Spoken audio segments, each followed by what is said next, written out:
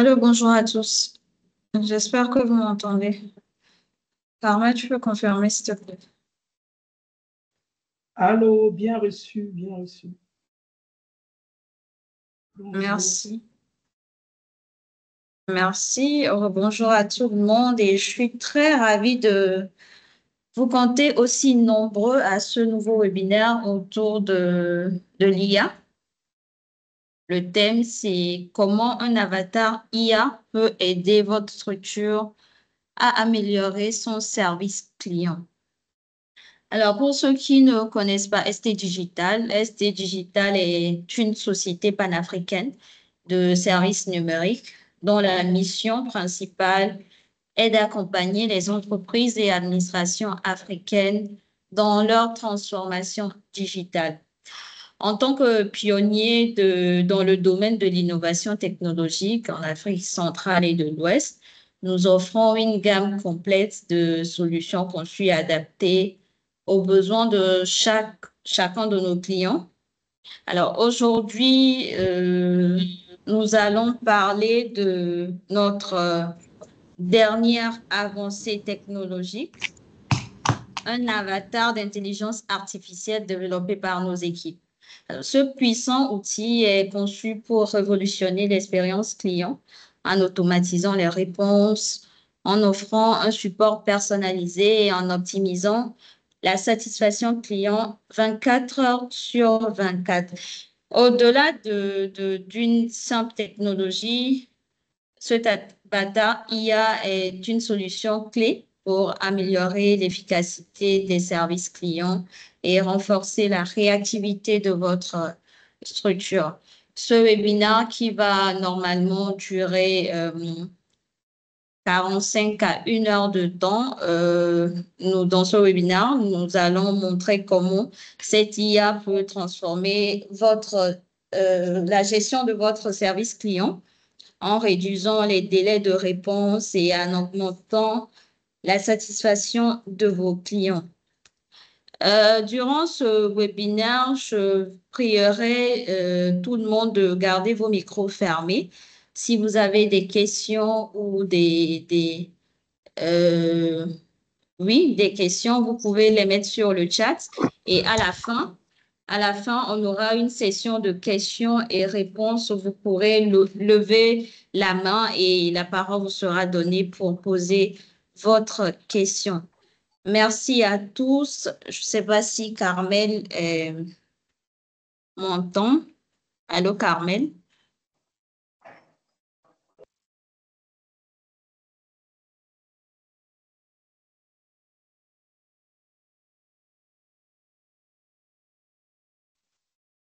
Allô?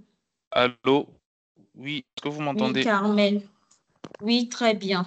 C'est bon, je Oui, pense que on peut commencer. d'accord. Merci beaucoup, Fabrice, pour cette introduction. Bonjour à tous et à toutes. Désolé pour ce petit retard. On attendait que les derniers participants se connectent. Donc, je m'appelle Carmel Bissoué. Je suis le responsable marketing Afrique centrale de ST Digital. Je suis également membre de la task force IA qui a travaillé et développé l'avatar IA que vous avez certainement dû voir ou entendu parler, Isaac Amert, qui est notre directeur de l'intelligence artificielle. Donc, je suis ravi de vous accueillir à ce webinaire autour de comment un avatar IA peut aider une structure à améliorer son service client. Ce sont des sujets qui me passionnent. Et comme Fabrice l'a dit en introduction, SC Digital est une entreprise qui accompagne les clients dans leur transformation digitale. Donc aujourd'hui, nous allons dans ce process euh, parler d'Avatar IA, de transformation digitale du service client. Donc en termes de sommaire, on prévoit un après-midi quand même assez, on espère, intéressant. On parlera de quelques chiffres sur les attentes des clients. On essaiera de comprendre l'intelligence artificielle, les avatars dans le service client, les enjeux, les opportunités.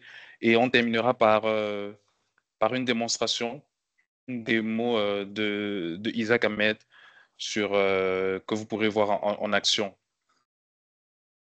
Donc, sans plus tarder, Quelques chiffres sur les attentes des clients. Les chiffres datent de 2018. Ils sont issus du rapport Salesforce State of Connect Customer, donc qui nous enseigne que 75% des clients s'attendent aujourd'hui à des interactions cohérentes entre les départements. Donc, ce qui suppose que toutes les équipes soient au même niveau d'information. Il n'est plus aujourd'hui acceptable que les offres soient uniquement connues des commerciaux, par exemple. Donc, toutes les équipes aujourd'hui doivent pouvoir être capables de comprendre l'offre de service d'une entreprise et de pouvoir accompagner un client lorsqu'il le demande. 79% des clients aujourd'hui estiment que l'expérience offerte par une entreprise est bien plus importante que les produits ou services. Et ça se voit aujourd'hui, par exemple, avec des produits comme Apple, où au-delà du produit, l'expérience que cette entreprise propose à ses clients est tout aussi importante que le produit. Et c'est très souvent à cause de cette expérience que les clients font confiance à cette entreprise et à chaque fois que un nouveau produit sort, ils sont les premiers à aller l'acheter. Donc, parce qu'il y a une expérience qui est offerte et qui est satisfaisante pour le client. 54% de ces clients attendent des entreprises qu'elles anticipent leurs besoins.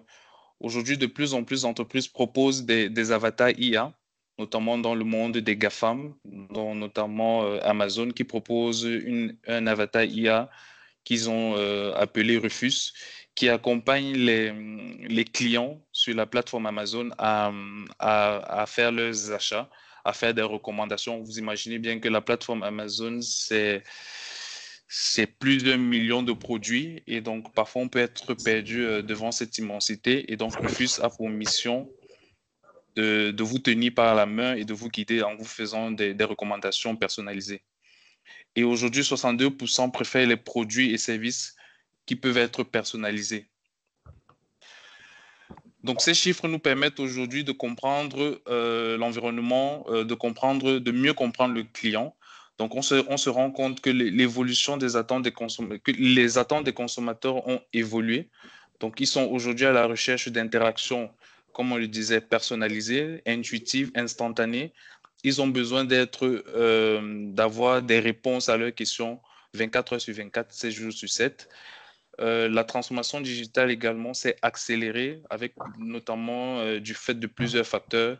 L'un des facteurs notamment étant la COVID-19 et le dernier en date, en 2022, l'arrivée de ChatGPT, l'intelligence artificielle générative démocratisée, qui a contribué également à accélérer cette transformation digitale. Donc aujourd'hui, l'IA est vue comme un levier stratégique pour se différencier de la concurrence. Elle permet également d'automatiser un certain nombre de tâches et d'améliorer l'expérience des utilisateurs.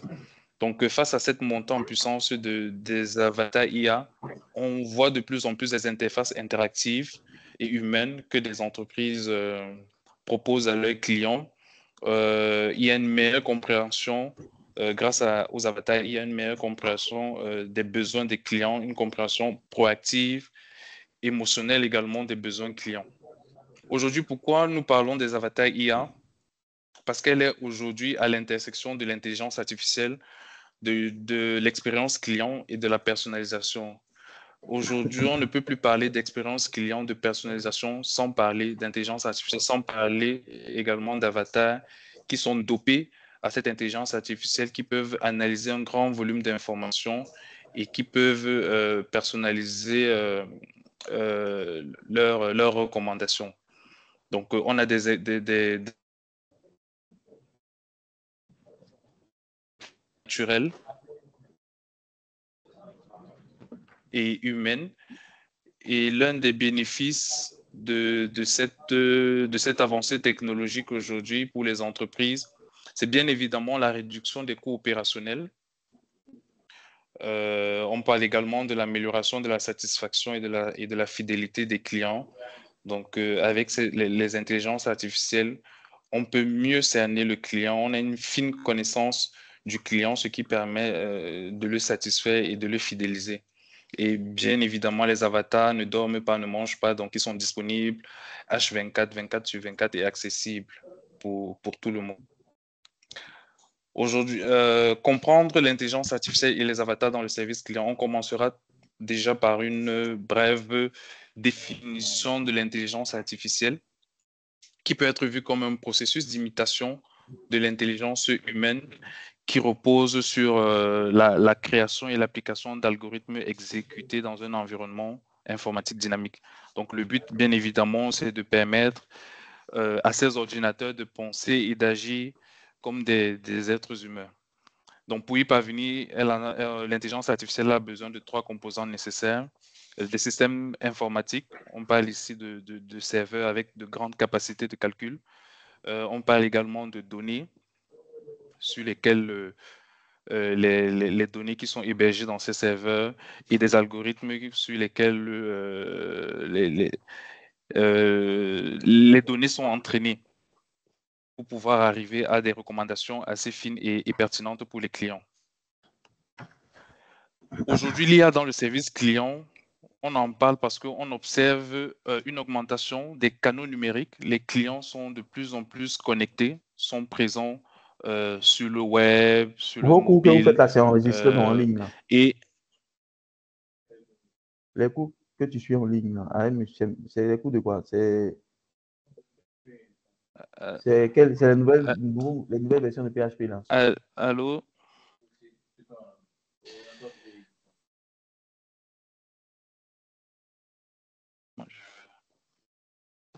Allô, on m'entend? Allô? Oui, allô, Carmen. Oui. Ok, oui, ok. S'il vous plaît, si vous pouvez couper vos micros et si vous avez des questions, merci de les laisser dans le chat. Comme ça, on n'est pas perturbé. Donc, je disais aujourd'hui, pourquoi on parle de l'intelligence artificielle dans le service client?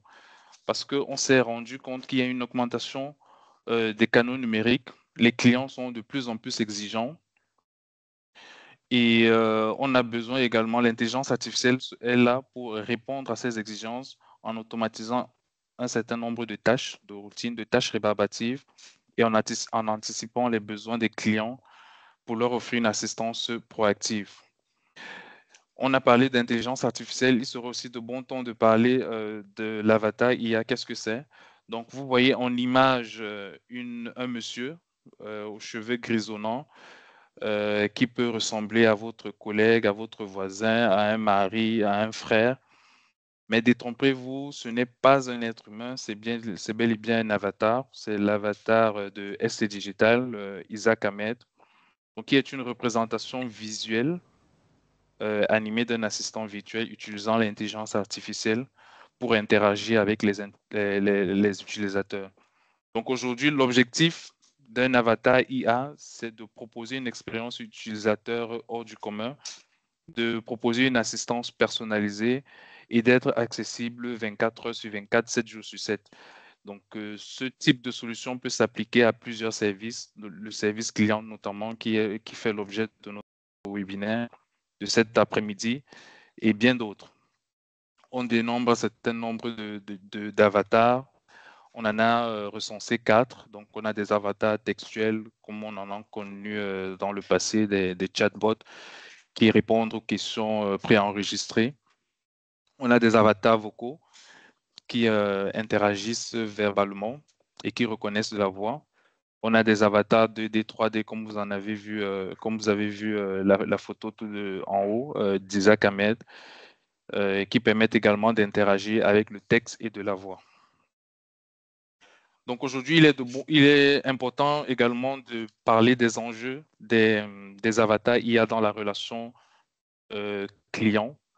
Donc nous en avons identifié sept enjeux aujourd'hui en 2024 de la relation client et des avatars IA. Donc le premier enjeu, c'est la digitalisation continue de la relation client. Aujourd'hui, il est important de continuer à se digitaliser et de combiner tous les canaux sur lesquels les clients sont présents. Donc, il est important pour les entreprises d'être présents où leurs clients sont. Donc, ça demande une connaissance du client afin d'être présent où il est et de pouvoir lui apporter une assistance le moment venu. Donc, il est aussi important, on en parlait au début, d'embarquer les collaborateurs dans ce mouvement-là afin que tout le monde soit capable d'être à l'aise techniquement sur les solutions que l'entreprise commercialise, d'être à l'aise sur les réseaux sociaux euh, pour pouvoir apporter un accompagnement à un utilisateur qui interpelle l'entreprise, par exemple, sur Twitter, par exemple, sur LinkedIn ou sur Facebook. Donc, les collaborateurs doivent pouvoir être formés également à cette technologie, à cette nouvelle façon de faire. On parle également en termes d'enjeux et de défis aujourd'hui en 2024 de l'IA au service de la relation client. Donc aujourd'hui, les entreprises investissent dans la personnalisation des interactions grâce à une analyse de données, des données en volume, pour pouvoir avoir une intelligence artificielle, un avatar disponible 24 heures sur 24 qui peut apporter une assistance à leurs utilisateurs, qui permet également, dans le cadre d'un service client, d'automatiser des tâches répétitives comme lorsque des clients ouvrent des tickets au niveau des entreprises, au niveau du service client, l'IA peut permettre déjà de trier, de mettre des étiquettes, des tags sur les doléances des utilisateurs, et ce qui peut permettre déjà de mieux de trier les plaintes et de les affecter aux personnes les plus à même d'apporter des réponses à ces différents problèmes. La question revient très souvent de savoir si l'intelligence artificielle va remplacer l'être humain. Donc, ce rapport de Salesforce nous dit que 83% des clients ont besoin d'interagir ou veulent toujours interagir avec une personne dès leur premier contact. Donc, vous voyez très bien que l'intelligence artificielle ne va pas remplacer l'être humain à son poste. Il va plutôt l'aider à mieux travailler ou à mieux faire son travail et à être plus optimisé. Donc, le client aujourd'hui a besoin à ce que les contacts restent humains et qu'il y ait une proximité, une certaine empathie dans les interactions. Et c'est cette proximité qui va renforcer l'expérience humaine que propose l'entreprise. Aujourd'hui, on parle également de l'essor de la communication vidéo qui devient une norme. Donc, 43% des clients utilisent la visio-assistance depuis 2020 pour parler des choses plus près de nous. Aujourd'hui, on a Waspito. Je ne sais pas si vous connaissez l'application de télémédecine qui propose une assistance en visioconférence à ses patients. Ça rentre dans ce type d'enjeu, dans ce type de défi qu'ils ont pu relever pour rester toujours plus près de leurs clients. Donc, les bénéfices, bien évidemment, c'est une humanisation de la relation, des résolutions rapides de problèmes ou une amélioration de la satisfaction client. On a également comme enjeu des clients de plus en plus exigeants, on le dit depuis le début. Donc, des clients qui demandent à ce que les problèmes qu'ils posent soient résolus le plus rapidement possible et le plus efficacement possible. Ils sont 45% aujourd'hui. Une priorité, bien évidemment, à la sécurité, à la transparence et des données qu'ils partagent avec vous. Les clients sont très sensibles à ce que les entreprises font de leurs données. Donc, il faut adopter une transparence dans l'utilisation qu'on fait des données qu'ils nous transmettent.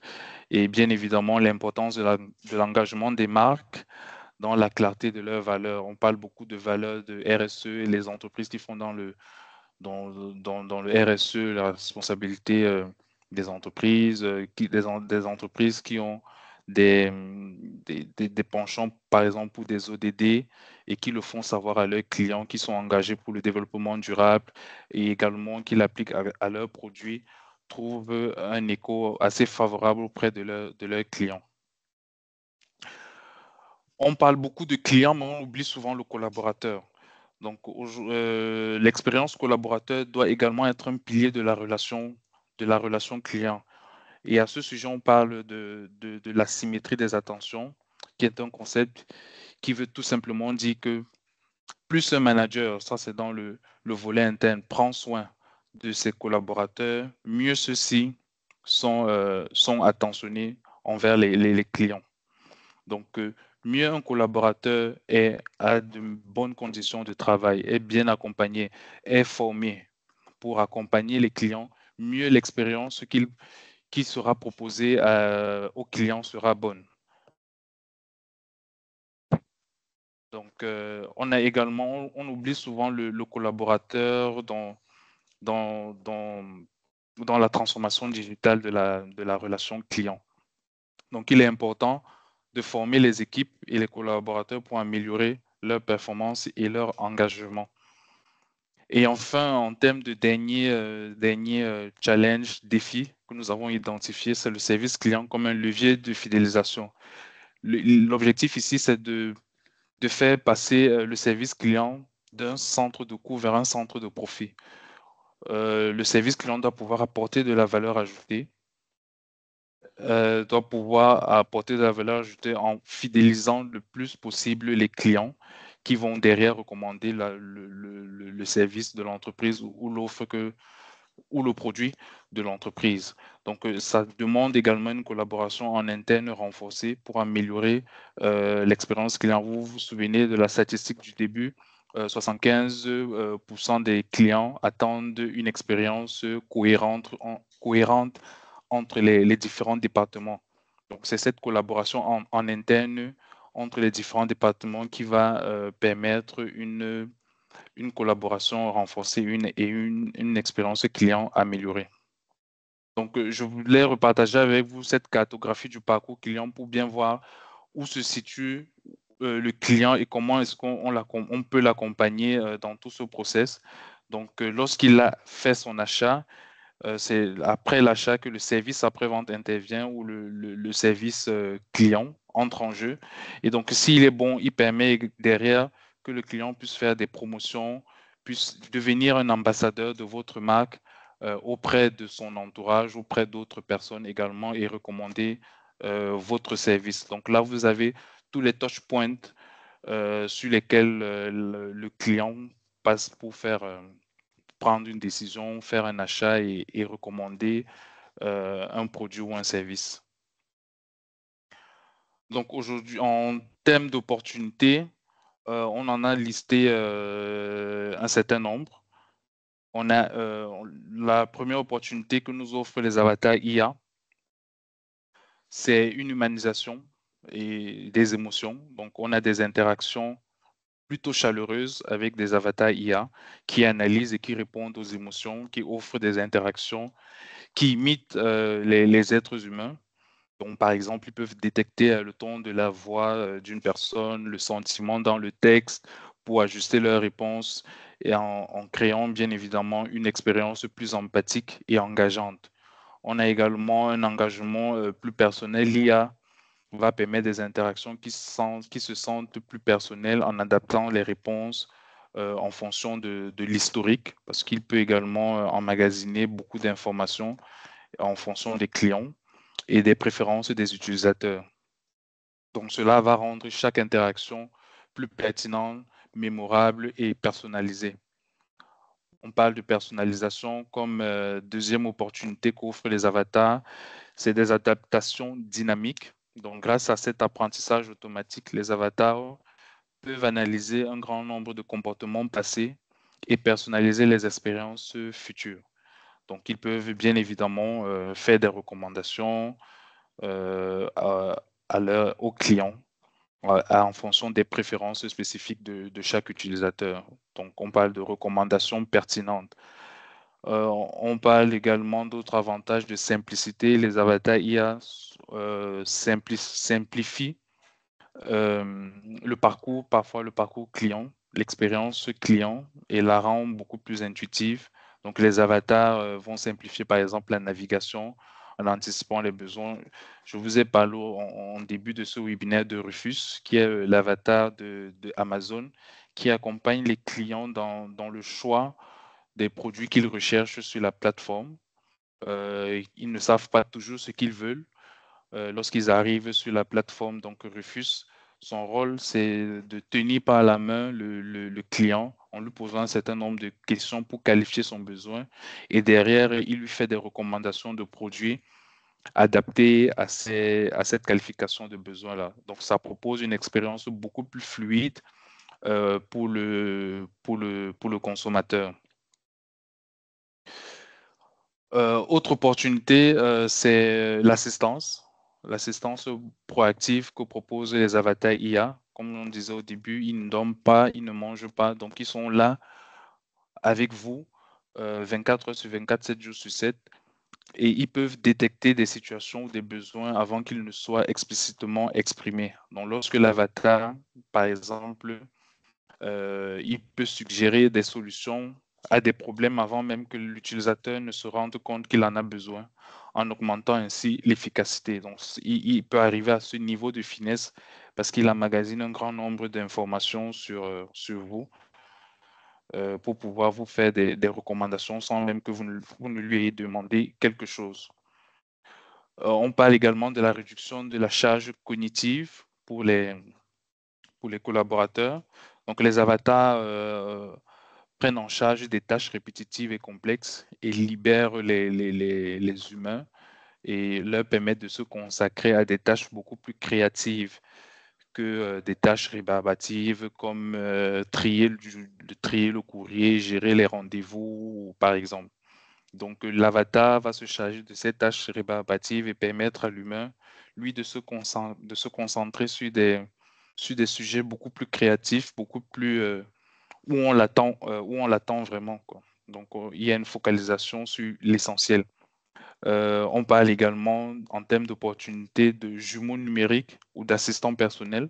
Donc, les avatars sont un soutien intelligent qui fonctionne comme des assistants personnels en automatisant des tâches telles que des rappels, la planification et la gestion des informations. Donc, ça peut également vous permettre de faire des prévisions de vos besoins. Le concept de jumeaux numériques permet à l'IA de s'adapter dynamiquement aux préférences de l'utilisateur. Je crois que j'ai un retour. Excusez-moi, j'ai un retour. OK.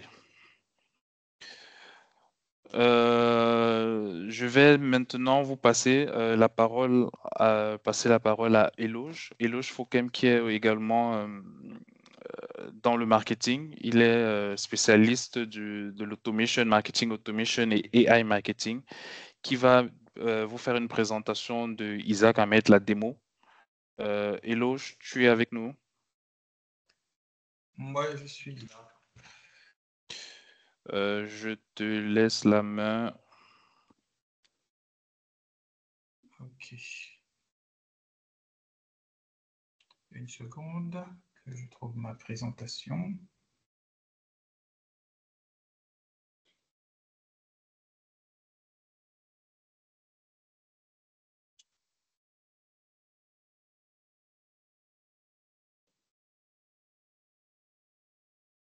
Ok.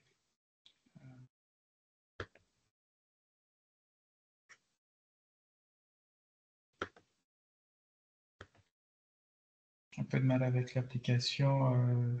J'ai un peu eu de mal à me connecter là. Je crois que ça va aller. Donnez-moi une seconde, je l'ai. Voilà. On est bon.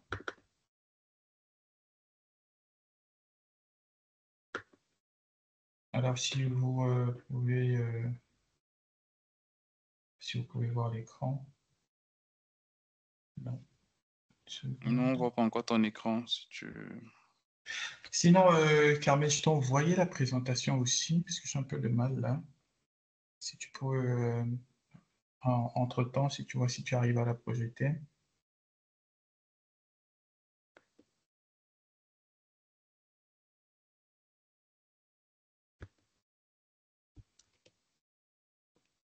Bon, on essaye encore.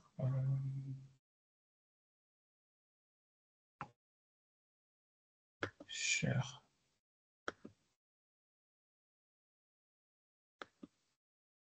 Ok, je crois que cette fois-ci, ce sera bon. Donc, est-ce que vous voyez la présentation cette fois-ci? Vous pouvez voir un grand écran bleu. Écran bleu. On a tous vécu Oui, ça. exactement, c'est Tout ça. le monde voit. OK, parfait. Alors, qu'est-ce qu'on a tous vécu? Je pense qu'on a tous vécu une expérience désobligeante avec une entreprise, un service. Ça peut être un service de téléphonie, ça peut être n'importe quel service en réalité. Et on se dit, OK, on a besoin de contacter le service client. Et quand on les appelle, ce qu'on entend, c'est en général une musique d'attente. Je crois que tout le monde connaît ça. Vous connaissez tous la musique d'attente qui vous dit, des fois on a un message qui vous dit, OK, vous devez attendre 3 minutes, 5 ou 10 minutes. Ou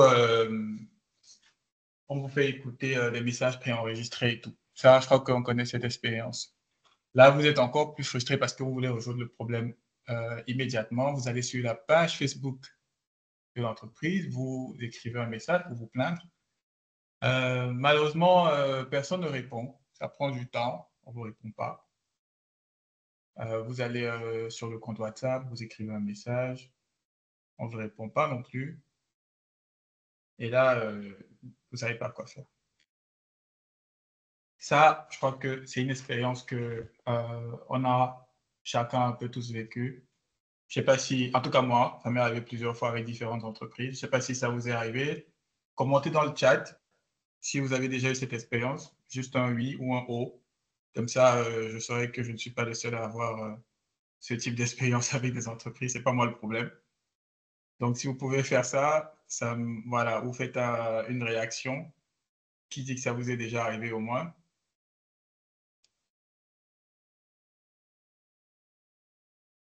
OK. Personne? OK, peut-être que c'est juste moi.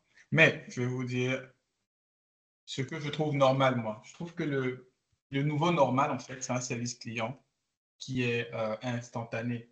On est à l'ère de la rapidité, on a les réseaux sociaux, l'instantanéité que vous connaissez quand vous allez sur les réseaux sociaux. Par exemple, vous avez le fil qui défile, vous avez des informations, rien ne s'arrête, ça va très vite. Et on s'est habitué à cette vitesse-là. Et aujourd'hui, on est de plus en plus exigeant avec les entreprises. On attend qu'elles soient au niveau, du service qu'on attend d'elles, parce qu'on paye pour ça en général, et on veut qu'elles soient au niveau de nos attentes. Et on a besoin de cette instantanéité-là, parce que partout, les interactions qu'on a avec les services en ligne en général, d'une certaine qualité, sont très rapides. Et on se dit, OK, on veut la même chose. Donc ça, c'est aujourd'hui le nouveau normal pour l'utilisateur moyen. Je crois que Carmel, dans son introduction, nous a donné des chiffres concernant ça. On parlait de 45% de personnes qui s'attendent à un service instantané, presque. Je pense qu'en réalité, ça doit être beaucoup plus. Parce que je ne sais pas qui aime le service lent et l'attente et tout ça. Donc, c'est ce que moi, je pense être la norme. Et je le pense depuis longtemps déjà. Donc, j'ai eu la chance, par exemple, de travailler sur euh, un service dans le domaine de l'expérience client chez MTN au Cameroun, où j'étais manager de l'innovation digitale. Donc, en 2020, pendant le Covid, j'ai développé un chatbot pour répondre justement à ce type de problématique. Donc, on avait ce service. Vous savez, quand on est chez un telco, on a des millions de clients en réalité et ils ont besoin d'aide tout le temps. Ça ne s'arrête jamais. Donc, quand vous êtes dans le département d'expérience client, vous êtes confronté à cette problématique, c'est comment est-ce qu'on sert les clients le plus vite possible.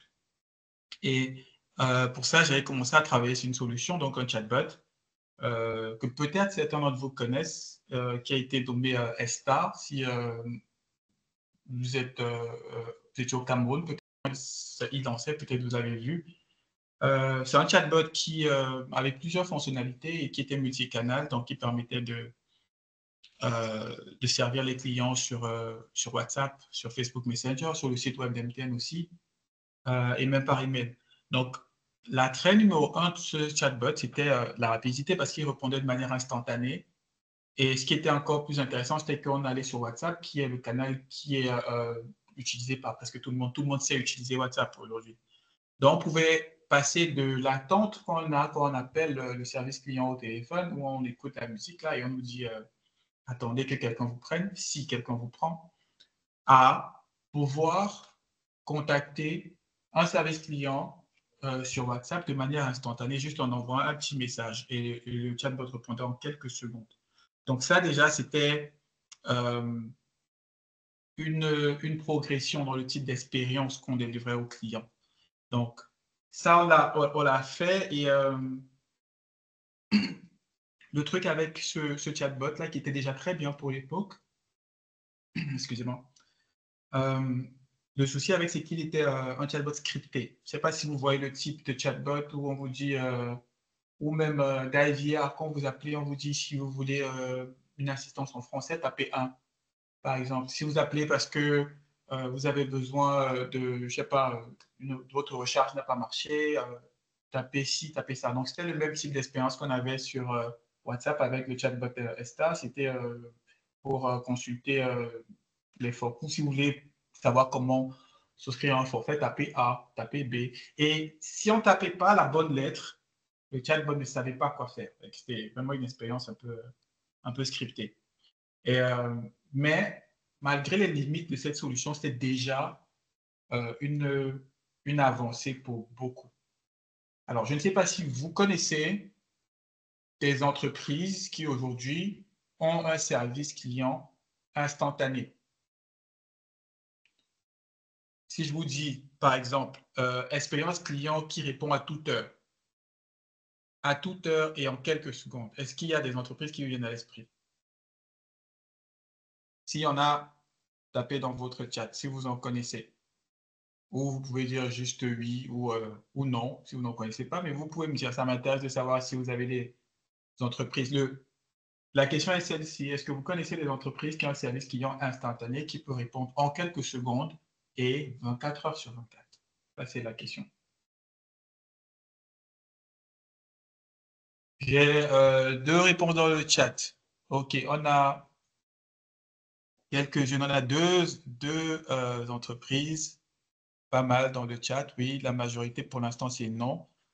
Est-ce qu'il y a d'autres qui ont des entreprises, même dans d'autres pays? Je ne sais pas où vous êtes, mais ça m'intéresserait. Parce que je pense, je ne sais pas si vous pensez comme moi, mais moi je pense qu'on est en 2024 et c'est le minimum. Avoir une entreprise qui répond 24 heures sur 24 et en quelques secondes, pour moi, ça devrait être normal.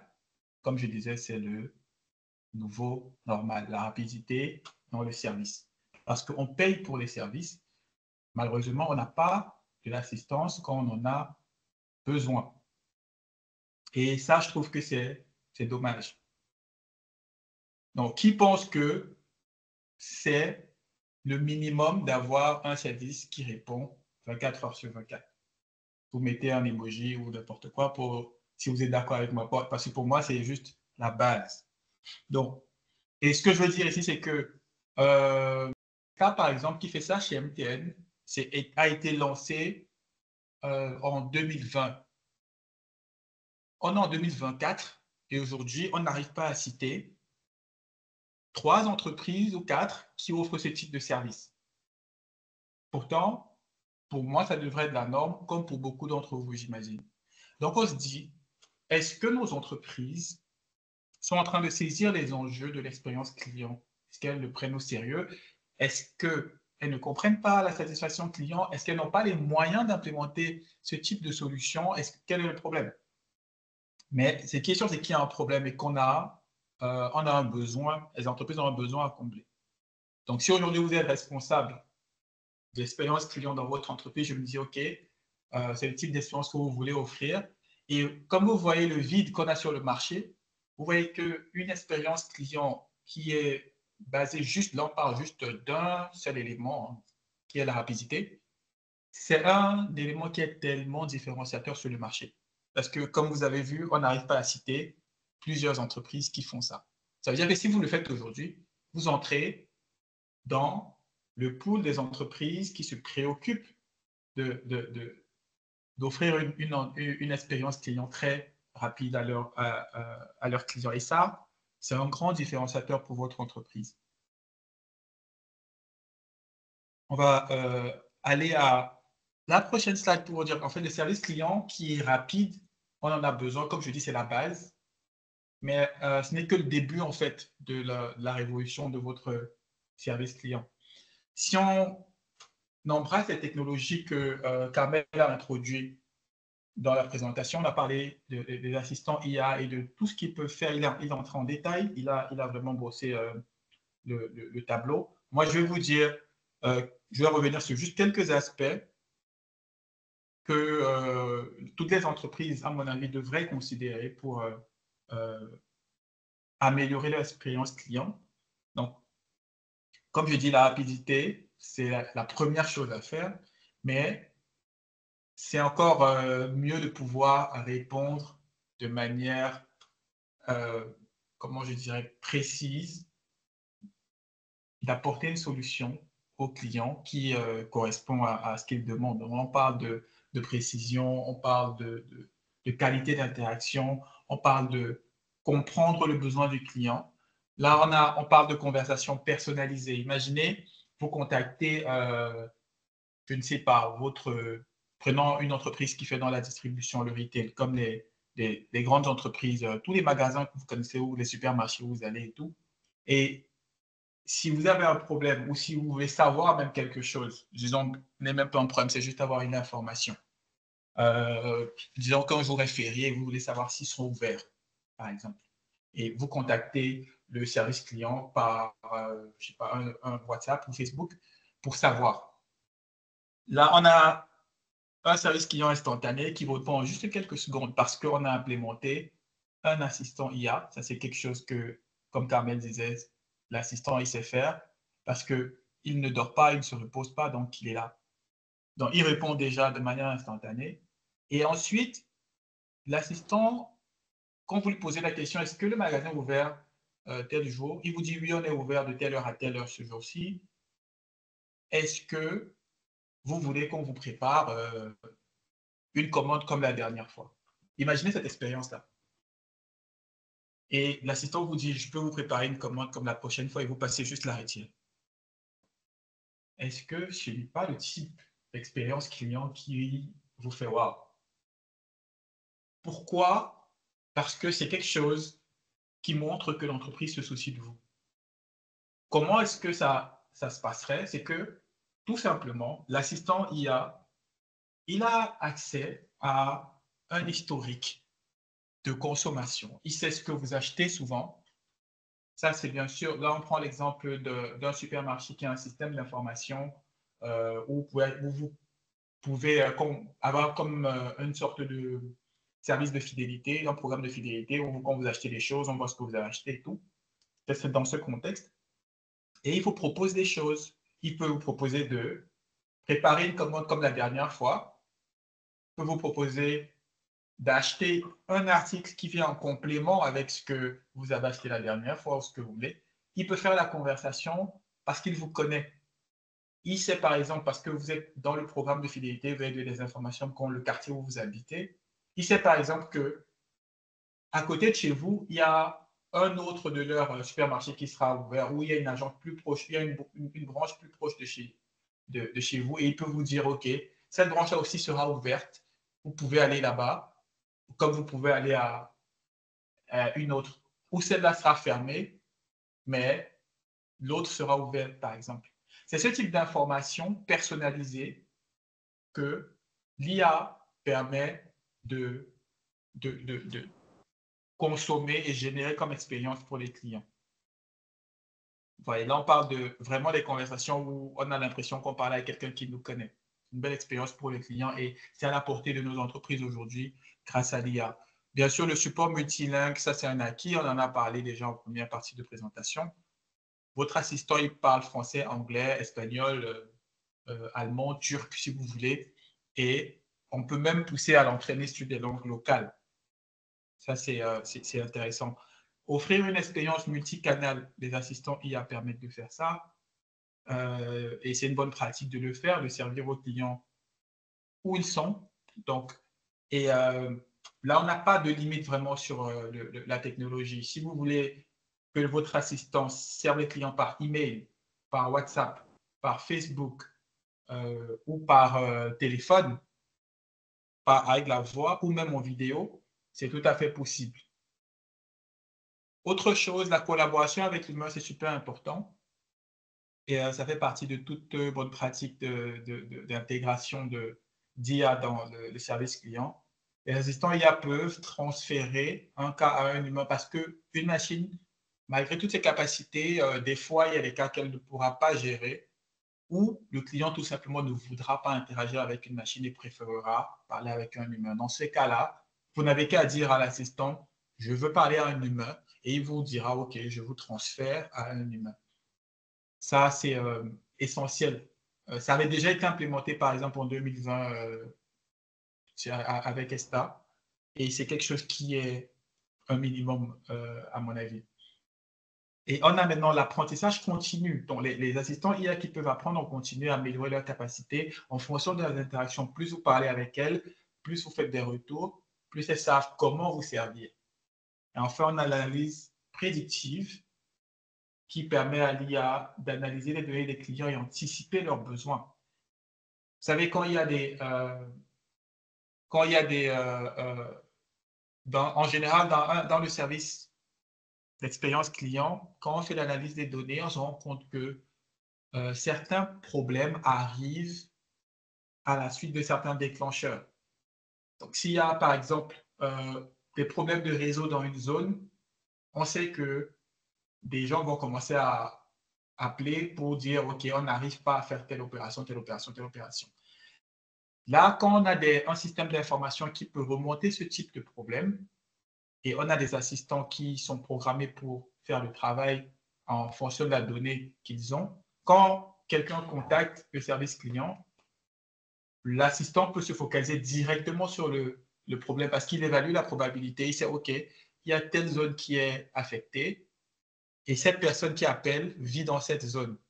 Donc, quand la personne établit le contact avec le service client, la première chose que l'assistant peut dire, c'est s'excuser pour l'expérience mauvaise qu'il y a dans la zone et d'envoyer les messages que l'entreprise a préparés pour ça ou donner le statut de la résolution du problème.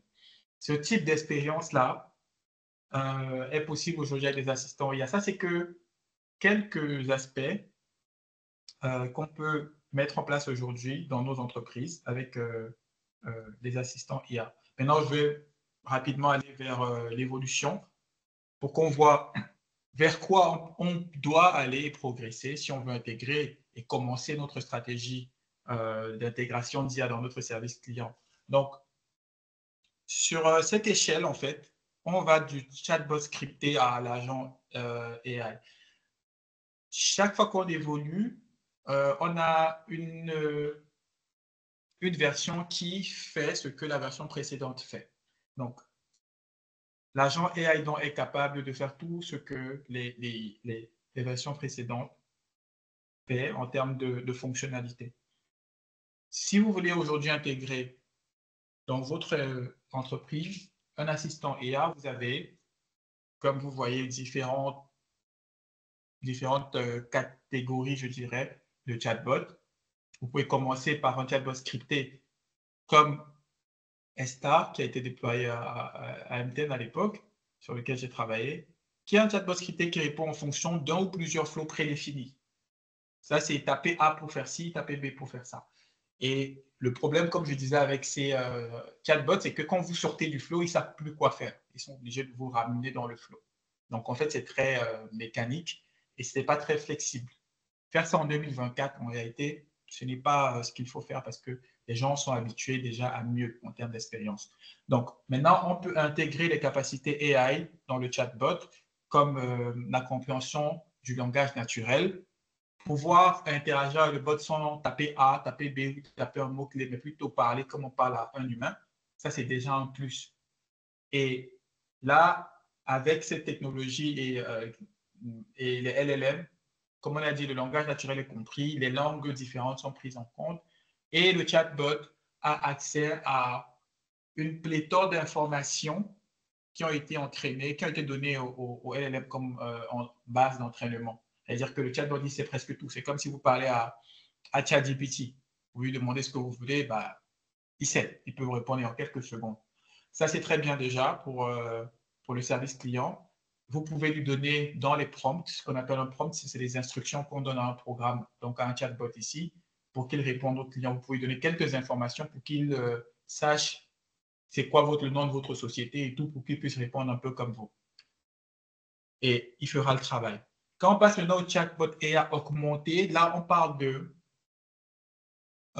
du même type de chatbot AI qui repose sur un LLM, mais qui est augmenté avec une base de connaissances pour répondre plus précisément. Si vous allez aujourd'hui, je ne sais pas si vous êtes familier des outils d'AI qui existent, ChatGPT, Claude et tout. Je ne sais pas si vous mettez des pouces, si vous avez testé ou si vous êtes déjà familier de ces technologies. C'est grand public aujourd'hui, c'est gratuit, que ce soit ChatGPT ou que ce soit Copilot sur Bing. Vous allez sur Bing Chat et c'est Copilot qui est intégré, ou Microsoft Copilot tout simplement, sur qui la version grand public, vous pouvez tester. Et vous lui demandez n'importe quoi, il a le savoir du monde entier, mais il n'aura pas forcément le savoir précis de votre entreprise. C'est-à-dire que s'il y a une procédure, il y a des questions que les clients se posent sur comment faire telle chose ou telle chose, il ne saura pas quoi répondre. Donc, ici, dans le chatbot augmenté, il y a un processus qu'on appelle le retrieval, qui est en fait aller retrouver l'information dans une base de données. Ce que vous faites ici, c'est que vous lui donnez une base de données, toute la connaissance de votre entreprise. Imaginez que vous prenez tout le savoir de votre entreprise et vous donnez au chatbot. Il s'entraîne sur ces données et là, il sait tout. Il a tout le savoir de votre entreprise et là, il peut répondre. C'est ça, en fait, le chatbot augmenté. Ça, c'est la base aujourd'hui, si vous voulez commencer en 2024. Je me dis, OK, on ne peut pas offrir moins que ça en termes d'assistant IA. Donc, il vous faut un chatbot qui est formé sur le savoir de votre entreprise, qui peut aider les clients et qui peut même aider les employés en interne. Parce que le chatbot, il rassemble toute l'information de l'entreprise. Quand l'entreprise produit des données, on peut partager ça au chatbot et il s'améliore au fil du temps. Donc ça, c'est le minimum que vous devez regarder si vous voulez lancer en 2024. Ensuite, on a les assistants IA qui fait juste là, on est en train de faire un peu la différence entre chatbot et assistant, juste pour monter un peu en grade, parce que en réalité, c'est la même base. Mais là, on parle des assistants qui sont programmés pour faire des tâches particulières. Imaginez que vous avez une entreprise qui offre des services. Quand quelqu'un vient sur votre site web, qui est intéressé, vous pouvez avoir un chatbot qui lui dit, OK, comment je peux vous aider? Et le chatbot va répondre à ces questions, mais avant que le visiteur parte, il peut lui dire, OK, ben, donnez-moi votre adresse email et votre numéro de téléphone et je vous mets en contact avec quelqu'un qui va vous appeler pour continuer votre interaction. Là, l'assistant, qu'est-ce qu'il fait? C'est qu'il s'est connecté des informations. Il peut avoir d'autres types d'intégration, prendre des rendez-vous, faire une traduction, faire une transcription. Ça dépend vraiment de votre cas. Ça dépend vraiment de votre cas. Si vous êtes un restaurant, l'assistant peut prendre une commande, par exemple.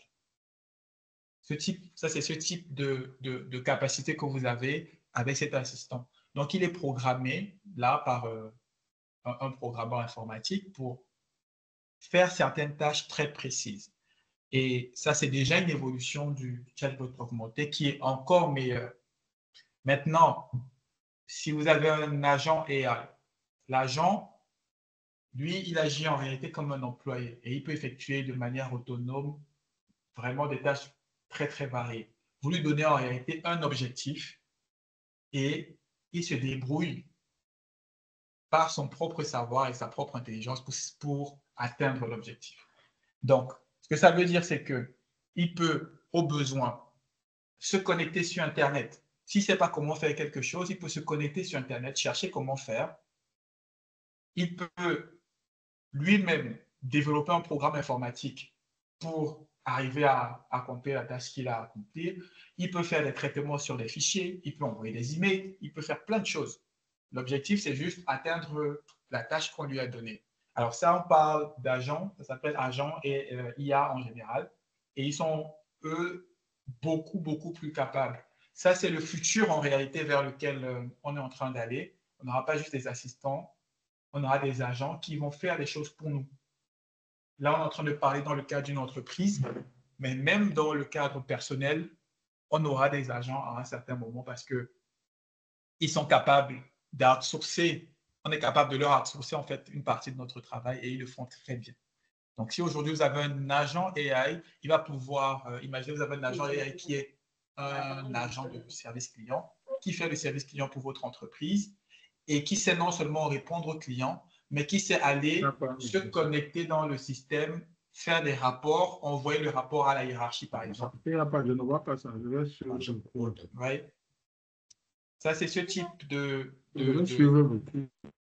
On a quelqu'un qui parle, si on peut. Je dis, je ne vois plus d'autres vidéos. Il faut que je cherche Si on peut encore. Je sais pas là où.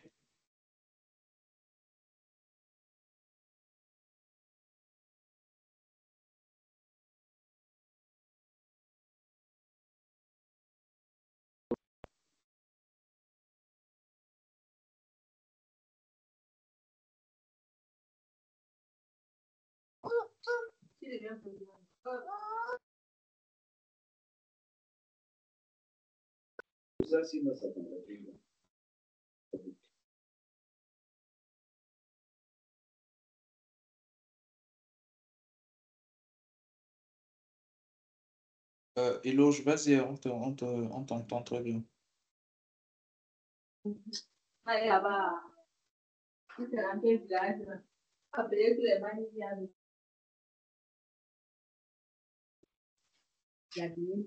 faut peigner les cheveux.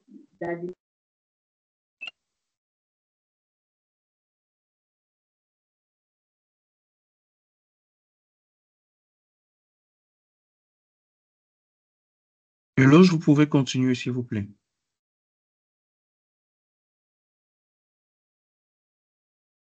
Ah, son micro est fermé.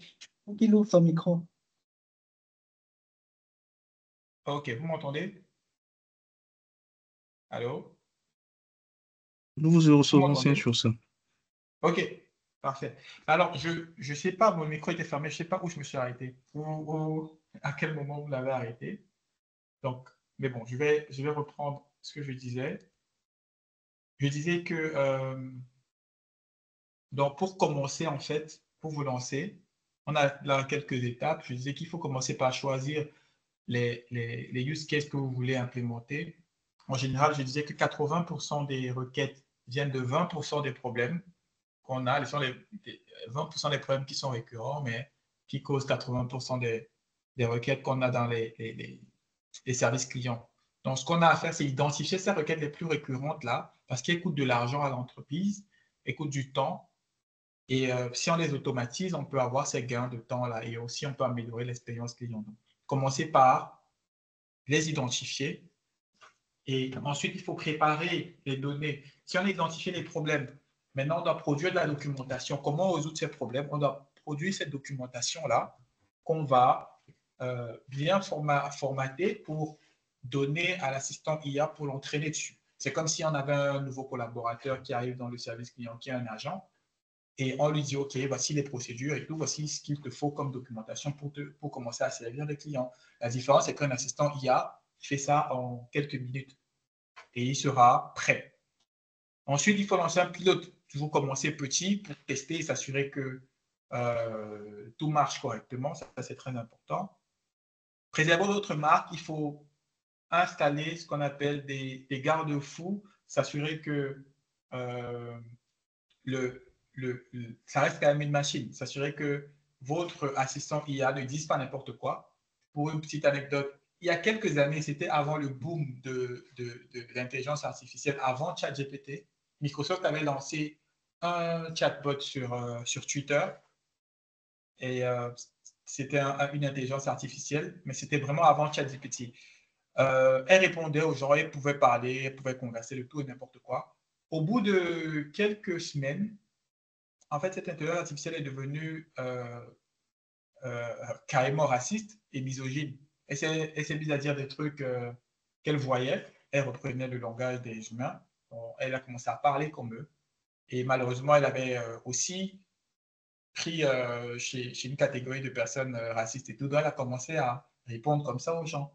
Et ça, c'est le type de choses qui peut arriver si on n'implémente pas des garde-fous pour sécuriser en fait le champ de notre assistant IA. Donc, c'est très important, s'assurer que la démarche IA reste responsable et éthique. Très important. Ensuite, il faut intégrer l'assistant à vos systèmes. Là, on est en train de parler des assistants IA et des agents. C'est vraiment l'étape d'après. Vous pouvez, comme je disais, ouvrir vos systèmes à l'assistant IA pour qu'il puisse faire des opérations pour vous. Si un client, vous avez un service client et un client vous demande par exemple, je ne sais pas, j'ai un problème, je veux vérifier, je ne sais pas, ma dernière commande, je crois qu'il y a, ou ma dernière facture. Si d'habitude, c'est un humain qui va dans le système pour vérifier le montant et le communique, vous pouvez automatiser cette tâche en donnant l'accès à ce système-là à l'assistant IA. Et il pourra le faire automatiquement et renseigner l'utilisateur. L'intégrer au système, c'est super important. Et il peut prendre des informations, les rajouter dans vos bases de données. Il peut aussi communiquer avec les employés en interne, faire des rapports et faire plein de choses. Comme on a dit tout à l'heure avec les agents IA qui sont comme des employés à temps plein, quoi. Et le plus important, c'est bien sûr conduire le changement d'entreprise parce que vous devez former vos collaborateurs à utiliser ces outils-là parce que l'IA va augmenter la productivité de vos agents de service client. Elle va peut-être supprimer certaines tâches répétitives, comme on a vu en première partie, et donc forcer les agents à se concentrer sur ce qui est le plus important à faire. Mais il faut conduire ce changement-là en entreprise par des formations. Très important. Donc, voilà, ça c'est l'essentiel de la présentation. Je ne me suis pas présenté, donc je fais les présentations. Je suis Eloge Fouquem et je suis tech entrepreneur et ma passion c'est créer des produits et des solutions tech. Actuellement, je suis fondateur de JOS. JOS, c'est une agence qui est dédiée dans l'implémentation des solutions IA pour les entreprises, qui est partenaire de SC Digital. C'est pour ça que je suis dans ce webinaire aujourd'hui, parce que SC Digital, c'est notre partenaire sur l'IA. Donc, c'est en collaboration qu'on a développé Isaac Ahmed, le chatbot dont vous avez entendu parler sûrement déjà. Et tous les jours, je suis marketing manager chez Amazon. Ça, c'est mon occupation principale à côté. Donc, je vais vous présenter après moi ce monsieur et quelque chose de très important qu'il m'a dit hier. Est-ce que vous le voyez? Ce monsieur, c'est Isaac Ahmed et c'est donc le directeur de l'intelligence artificielle chez ST Digital. C'est l'assistant IA qu'on a développé, comme je vous disais, ST Digital et JOS.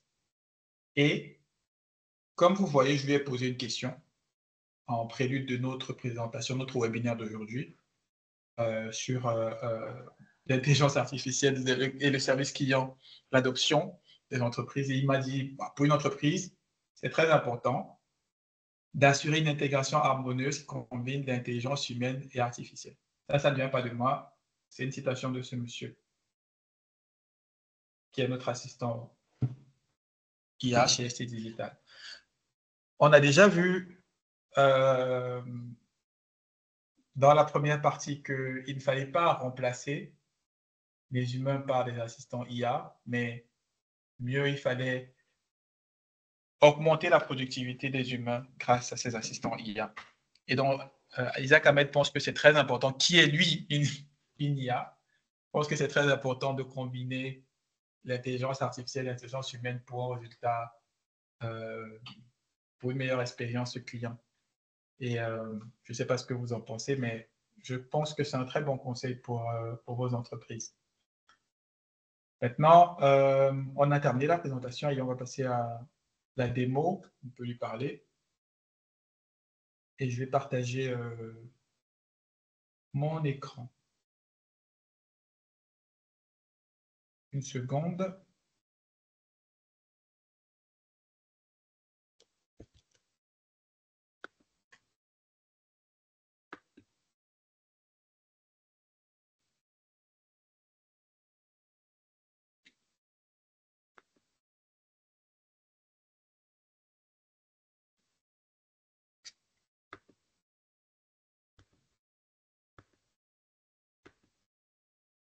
Farrell, Alors, est-ce que vous voyez Farrell,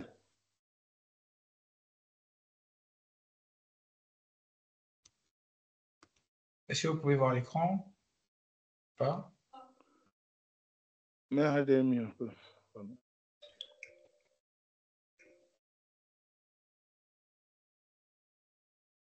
OK.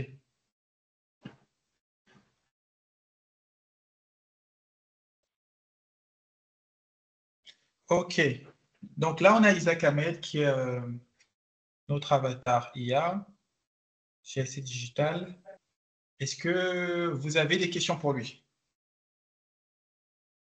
Je vais commencer par lui dire bonjour et je vais lui dire ce qu'on est en train de faire. Bon, je peux lui écrire, comme je peux lui parler. Je vais commencer par écrire.